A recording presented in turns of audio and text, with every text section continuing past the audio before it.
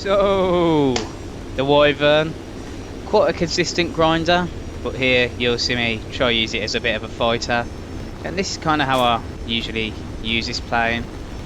I'm starting off by diving on a little bit of a furball, and my first target is this I-185. He looks to be going, well, pulling straight in front of me, so I let a few shots off, and I managed to take him out for kill number 1. I ignore the I-16 below me, because in this thing I really do want to keep up my speed, and he's going quite slow anyway, so I wouldn't want to slow myself down, but I'm going to carry on over to try and get a few shots on the P-47. Do let these guns go, but unfortunately I don't manage to get any hits or anything there, and I noticed that I've picked up a LA5 and a BV-155 on my 6. The LA5's taken a few long range shots, but the thing with this plane is nothing ever really will be able to catch you. So if you just fly in a straight line and dodge a little bit, you'll pretty much be able to make sure you don't get shot for the most part. This thing does lose energy really quickly, but as there's nobody around, I do go vertical, and I'm going to try and dive back down on the furball to see if I can pick off any more targets. At the minute, my likely target, I'm looking at the LA5, but I notice that everyone is going in a bit of a vertical and is going quite slow. So I turn my attention yet again to the P-47, and I don't know what it is with that P-47. I could not seem to get my aim on target whatsoever, and I picked the BV-155 up on my tail once again. He's starting to spray quite a little bit, not going to hit us at all, and we came in with a lot more airspeed, so he will stall out before us. So I do get him in a little bit of a energy trap there, and I just fall back on top of him, and he's going to be the one that I'm going to go for next.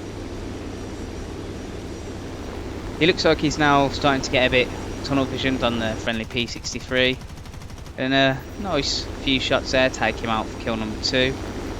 And the LA5 is also tunnel vision there, and he tries to move out the way at the last second, but he goes down for kill number 3. So the whole time I'm in this plane, you'll notice that I'll be trying to keep my speed up, and I wanted to try and turn around to help my teammate there, but the BF-109 managed to take him out quite quickly. And you'll see that I've picked up the BF-109 and the I-185, both up on my tail. So I've cut a little bit of the video out here, and it's just because I don't really want to bore you with me extending away quite a bit, but that is a lot of what you will do in this plane, just trying to maintain your speed. But the I-185 has pulled off me at this point, and the BF-109 was so far behind that I had a chance to just turn around. And in this plane, I wouldn't normally take head-ons, but in this plane I do. It's quite good at it with 4 Hispanos, Mark 5s, and this 109 is going to come in for a bit of a head-on as well. So, start to let the shots fly, and unfortunately the recording glitched out there. I'm not too sure what happened, but I did manage to get a critical hit, and I just carry on, ignoring that BF-109 for now. There's no point in losing energy and getting into a turn fight in this plane. It is a strike aircraft after all, so you will more than likely lose. But I'm going to continue on to try and now shoot that I-185. I will look to do a full review on this plane. I do have the footage for it, so if that is something that people are interested in, then I think I will make a review on it. But the I-185, he looks like he's coming in for a bit of a head-on as well, so I will let a few shots go. Unfortunately, I only get a hit, and couldn't predict where he was going to go. He tried to commit last second, but again, I'm not going to indulge in a turn fight. I'm just going to continue on, as these guys won't be able to catch me. So as you can see, managed to get in a bit closer to this I-16. He does turn on his smoke, which makes me believe he knows that I'm there. Unfortunately, you can see here, just miss all my shots. So I do carry on extending as I normally would, but I think I've got a lot more energy than him. So I'm going to try and see if I can get him in a bit of a energy trap, but at the minute you'll see that I'm just watching him to make sure he's not trying to re-engage. You can see the beer best only has 7 seconds left, and just in perfect time I get a critical hit. And that is on the BF-109 that I did crit earlier. He managed to get some engine damage, and well, that moved me from second place to first place, so the extra silver lions is always welcome. And I'm just trying to see what target I should prioritise. As tempted as I am to finish that 109 off, I know he's never going to be able to make it back to base. And I think that I-16 is going to be the player that's going to cause me the problem in the long run. Mr. Full Frontal Stew. He goes underneath me, which is the best thing that he could have done. Because if I do pursue him, then I would more than likely lose the dogfight. I mean, it is a strike aircraft after all. I'm going to pull up in the vertical just to get a bit more altitude, see if I can take another pass at the I-16. And in the meantime, that BF-109 does die from the engine damage, which gives me kill number 4.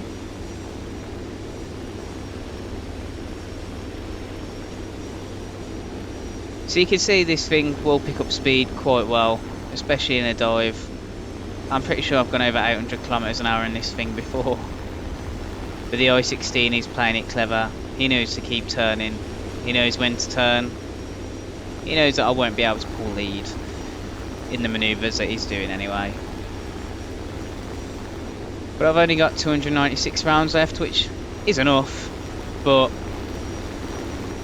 with this little fight that's going on here, I decided to take a few more shots and unfortunately miss.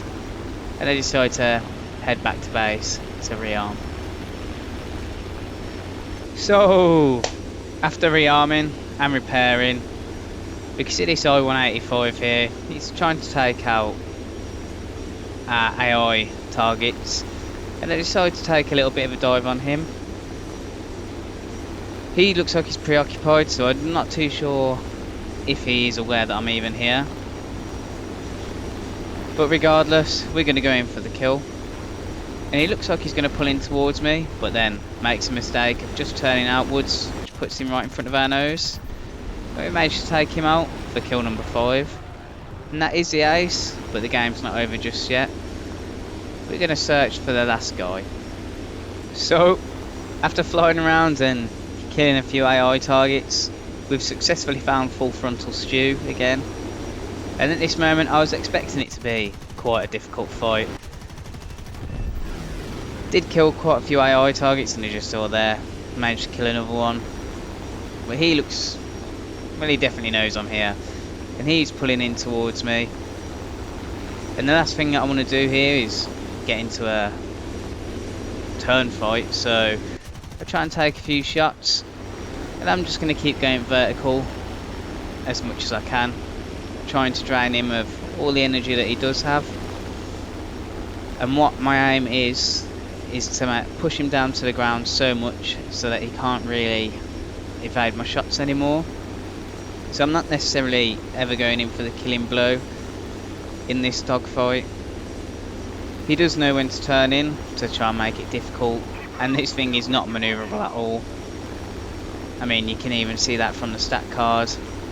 So I'm just going to keep diving and keep making him turn and keep making him lose altitude, albeit I am going to lose altitude myself. But as he does get closer to the ground, it leaves him with limited chance to be able to dodge any shots that I do decide to take. And you'll see him pulling in here, and I'm not going to pull in straight away because what I want to do is turn in delayed, so he has to continue his turn, making him even slower. Managed to get a few shots off and down he goes for kill number 6. So there was a bit of a carry in the Wyvern. I will show you the rewards as always. And I probably will do a full review on this plane, but please do like, comment and subscribe. Over and out.